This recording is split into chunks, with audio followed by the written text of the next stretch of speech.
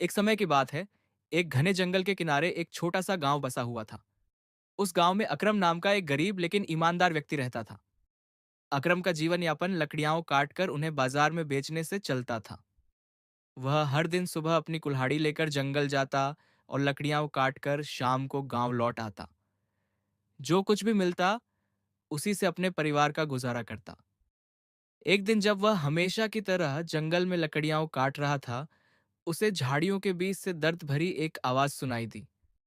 जब वह आवाज की तरफ गया तो देखा कि एक बड़ा शेर झाड़ियों में फंसा हुआ है।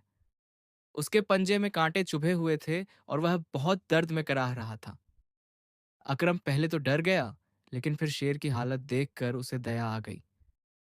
उसने हिम्मत करके शेर के पास जाना शुरू किया। शेर ने उसे देखा लेकिन कोई हमला नहीं किया। अकरम ने ध्यान से कांटे निकाले और शेर के घाव पर जंगल की जड़ी बूटियों से पट्टी कर दी। शेर ने शांत निगाहों से अकरम को देखा, जैसे उसका धन्यवाद कर रहा हो। लेकिन कुछ हफ्तों बाद जब वह फिर से जंगल में लकड़ियां काट रहा था, तो उसे महसूस हुआ कि कोई उसका पीछा कर रहा है। जब उसने पीछे मुड़कर देखा, तो वही शेर खड़ा था, लेकिन इस बार उसकी आंखों में एक अलग सी चमक थी। शेर अपने मुंह में एक छोटी थैली लेकर आया था। उसने वह थैली अकरम के पैरों के पास रख दी और चुपचाप जंगल में चला गया।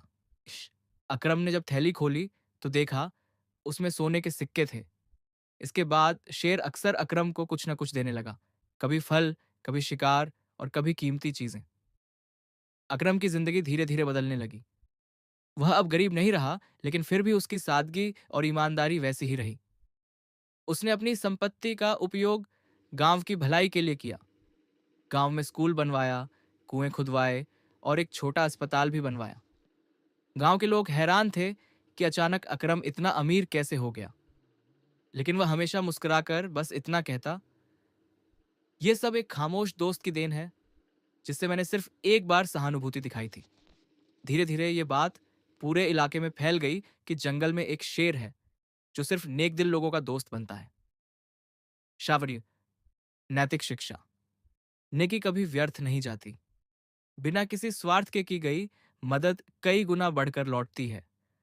अगर हम सच्चे दिल से किसी की मदद करें, तो प्रकृति हमें कभी खाली हाथ नहीं लौटाती। अगर आप चाहें तो इस कहानी को बच्चों के लिए किताब, कहानी मंचन, ड्रामा या एनिमेशन में भी बदला जा सकता है।